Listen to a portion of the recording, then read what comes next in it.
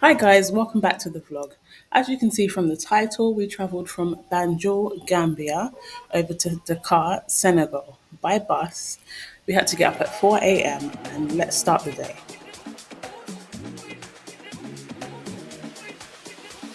So we took a taxi over to the bus station because it was heavy rain that morning. So this is the bus ticket to get on the bus to Dakar.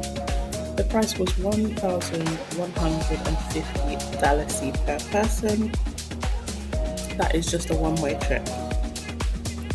So as you can see here, people are having their luggage weighed. I only travelled with a rucksack, so I didn't have to weigh my luggage. So it did take a while for everyone to get on the coach and get situated because obviously people had children, there's a lot going on, a lot of luggage. But everybody had assigned seats from their ticket, so that was very handy. One thing to note is that we purchased our tickets from GT Bank in Senegambia.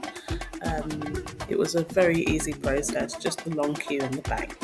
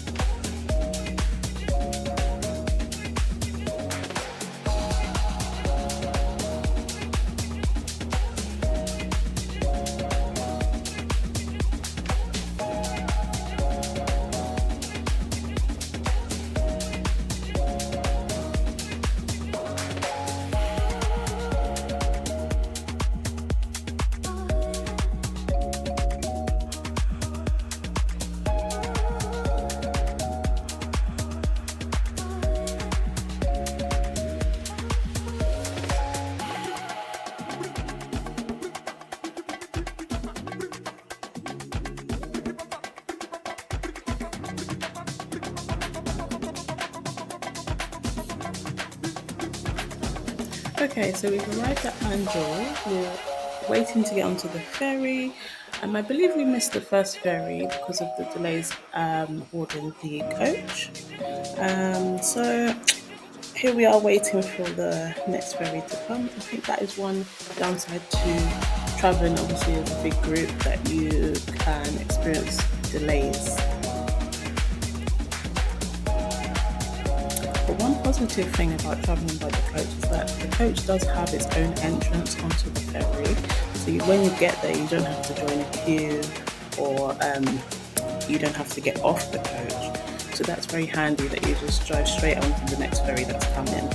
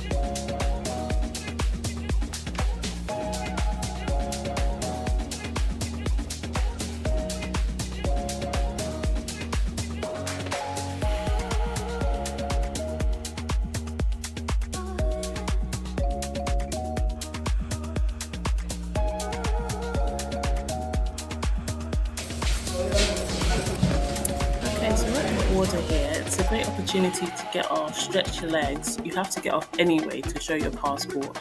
And it's a great opportunity to purchase some snacks. They sell biscuits, they sell drinks of all kinds, water, fizzy, everything. And they sell a lot of fruit. So it's a great opportunity to purchase some bits that you might need along the way, because you do have at least another 4 hours worth of driving. Okay, so my first impression of Senegal as we were driving through the countryside was that it's very, very flat. You can see for miles, which is something that you don't really get in the Gambia. The Gambia is very densely populated with trees and shrubbery, so you can't really see for miles. And then there's buildings everywhere, even in the countryside. But here in Senegal, driving through the countryside, you can see for miles and miles and miles, and it was quite interesting to see the landscape like that. So I love travelling by coach. I've travelled from the UK to Spain and to France by coach. So I really enjoy seeing the landscape and seeing how it changes as you drive. So on this trip, I did spend quite a few of my hours sitting down, just looking out the window, seeing what you can see. You just never know what to expect, especially as Africa is very different to what I'm used to in Europe. So I was just excited to see what was coming next, and this amazing bridge really surprised me.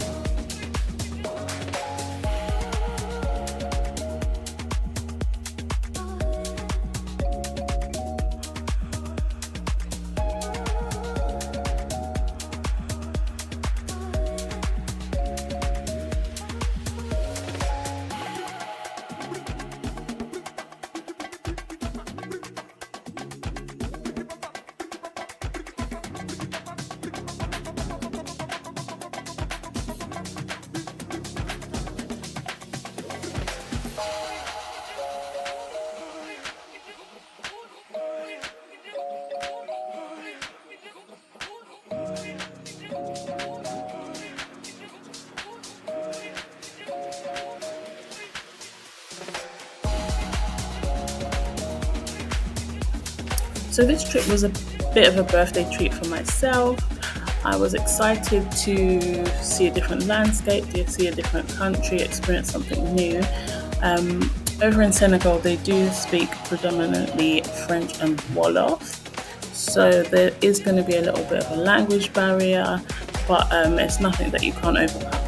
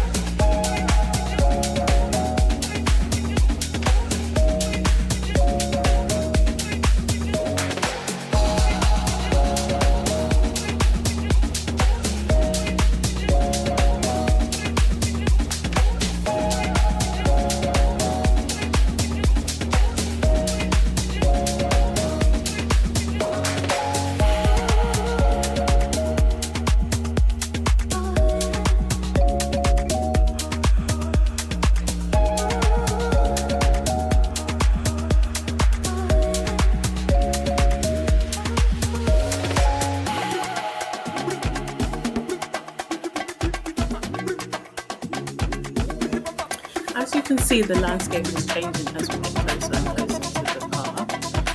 Obviously, as you come up the countryside, you're going to get more and more buildings and construction. It was quite a drastic difference. Like the skyscrapers and the story buildings, they came quite quick and fast. It wasn't a gradual thing.